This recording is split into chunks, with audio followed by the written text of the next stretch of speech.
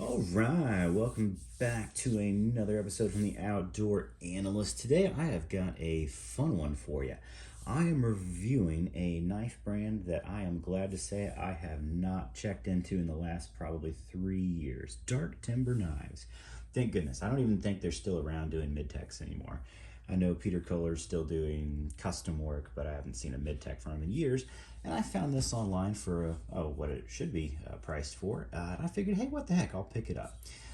Most of the time, these are going for double what they came out for, which is just crazy. Which may be because he doesn't make them anymore, but like most dark timber knives, you know what? I have no idea. I haven't kept up with them whatsoever. I used to get really annoyed with the brand because I had some quality control issues, and even talked to Peter himself, and they never fixed them. So that kind of like soured me on the whole brand itself. They said they'd do something, they never really did it. They ended up just shipping the knife back to me in the same condition. Really annoyed me. But this is a whole different thing. So this is a couple years after they made the Comanche. And I figured, it's a good looking blade. I've had issues with them in the past, but hey, what does this look like now? I'm pretty sure this is a few years old because I just haven't seen anything new from them. So what is this? This is a 6 1/4 inch Nitro V blade. It is I think it's let's just go with basically a rat tang most likely. It's an incredibly light knife. Nice spalted maple burl here, and a really huge handle. Looks like a nice little micarta there.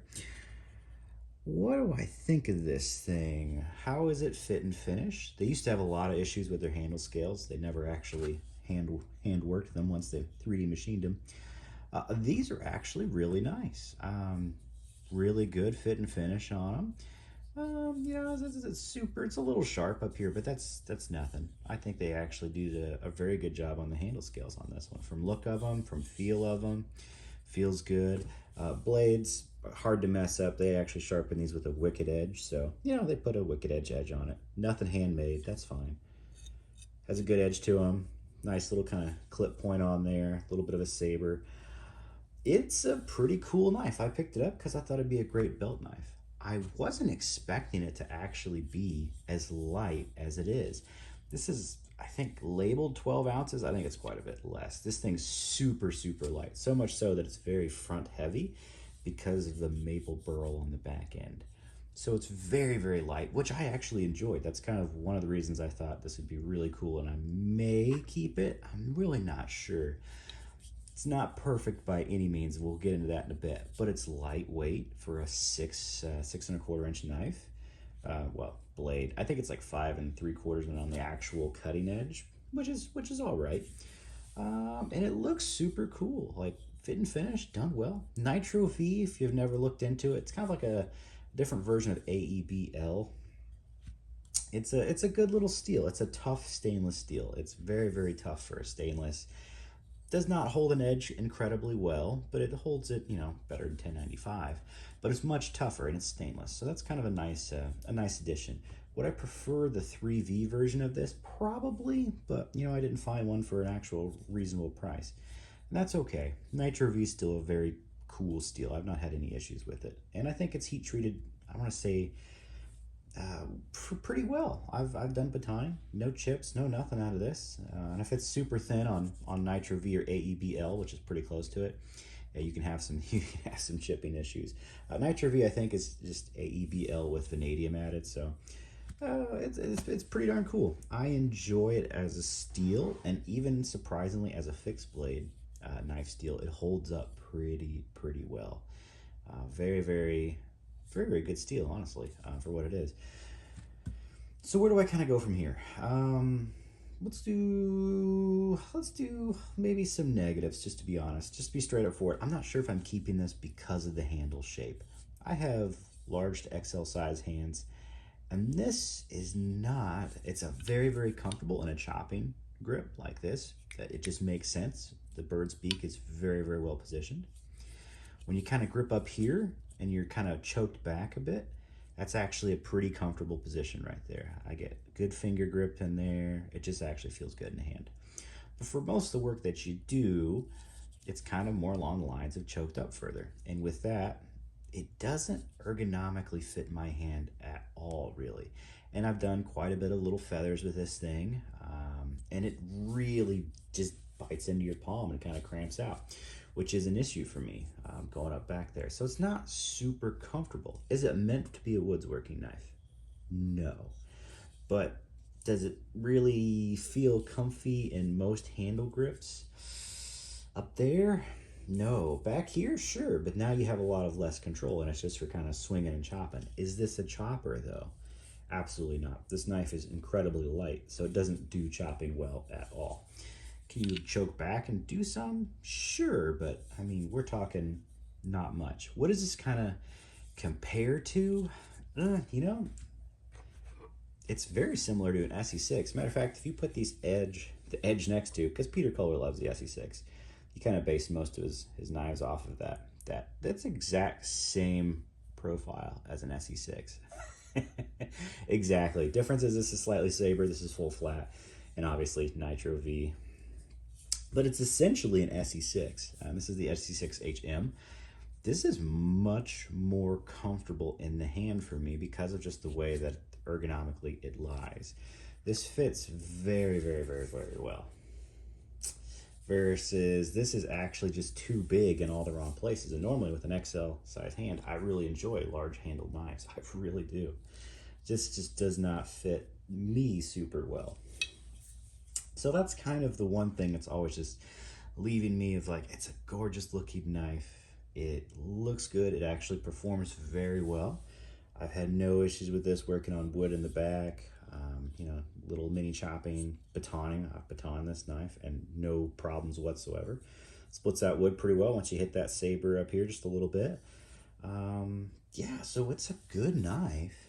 Just ergonomically, I think it's kind of a miss on that handle shape, which I really do like the 1911 and the Honey Badger handle shape from Dark Timber Knives. What's another comparison? Because this is stainless, this is a Falcon even A1. This is a much more beefy knife. Same blade length essentially, little different shape. This is convex. This is not. This is a V-edge. This handle shape, this is actually more ergonomic to me as well, and that's kind of shocking considering there's not a lot of contouring to it. It just fits your hand better for actual work. Does it have the chopping bird's beak? No, but this is not a chopping knife. The Volknieven is much more choppy than this. It has much more weight up front and just all around. This is a 1/4 inch versus I think this is a 0.22 inches. So much thicker steel over here, much thicker blade stock all around. But then again, this is kind of like a belt knife. And as a belt knife being lightweight, it does a very good job for that. But if you want to put in work, I would any day of the week take the Volknieven just to actually chop, to beat things, to even split. It will crush it.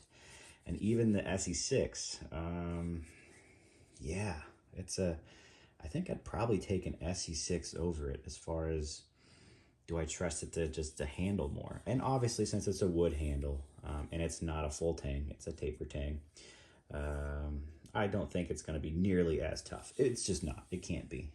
This has got to be a much stronger. Same with the Volknieven.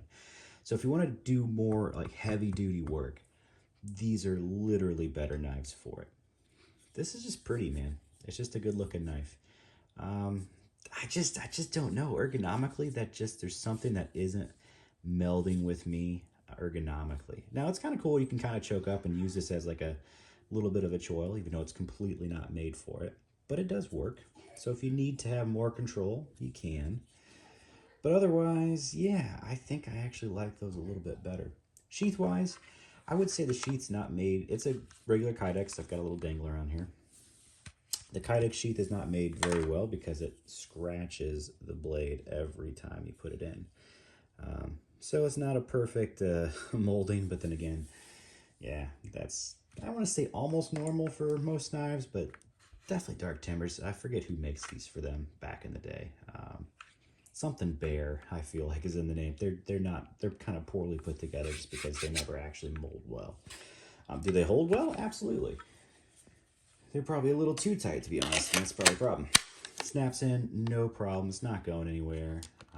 I like the little dangler on here. That definitely does help. Is it a cool knife? Yeah, it is. I wish most of this stuff actually had the fit and finish of this. I probably would have changed a lot of my mind. But I don't know if I'm pretty sure they don't make this anymore. Haven't seen them. If you can find one for the original price they came out for, I think it's pretty cool. Just know that this handle, I think, is a little too big for what it is. And I have, you know, I have pretty big hands. You'd have to have maybe 2x hands for this swell to make sense. So yeah, if you do, great. That's cool. It's a great looking knife. Good fit and finish. Very, very, very, very lightweight. That's cool. One of the coolest things about it is how light it is. But if I was actually going to go do some just absolute work, man, I'm taking the A1 Falcon Even. I'm taking the SC6 over it. If you want to look pretty and walk around with a good looking, you know, maple burl handle knife, yeah, that's the way to go. Not sure I'm going to hold on to it. I have nothing really bad to say about it besides the ergos just do not work for me. They really do back here. This is a really good ergonomic bird speak spot. And if you choke back, not too shabby. It's just when you choke up, which is where I do most of my work, it leaves something to be desired for ergonomics in that way. Otherwise, yeah, fit and finish, very, very good. Very, very good on this one. So props, good knife. That's just my thoughts on it. If you have a chance to get one, I think it's actually pretty cool if you can get it for the price that they should be. Don't pay double online for one of these. I mean, most people do, but I wouldn't. I didn't. That's just my 2 cents on it. Not sure if these guys are still around. They are. Cool. I haven't seen anything online. Their website does not look like it whatsoever. Just doing custom work now. So fun knife. You can find an old one. Otherwise, honestly, man, it's SC6 HM, which is, you know, pretty much the exact same thing when you get into the blade. Or the Falcon Even A1. Freaking awesome, man. This is a tank. This is an old knife. And both of these you can get for easily half. This one probably a quarter of what this should go for. Which means now you can buy this for an eighth of what you generally see this knife for. You gotta love how that works. But anyway, fun video. Yeah, I'm definitely holding on to these. I'm not sure if this one's gonna stick around, honestly. It's cool. It's awesome. I even like the scallops. If I had to, I wouldn't want to process a deer with this, but if you had to, yeah, it's doable.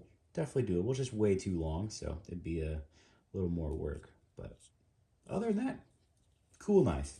Very, very cool knife. But I think that's kind of where it ends. Utility-wise, these just, those take the cake for me. So anyway, hope you enjoyed this one.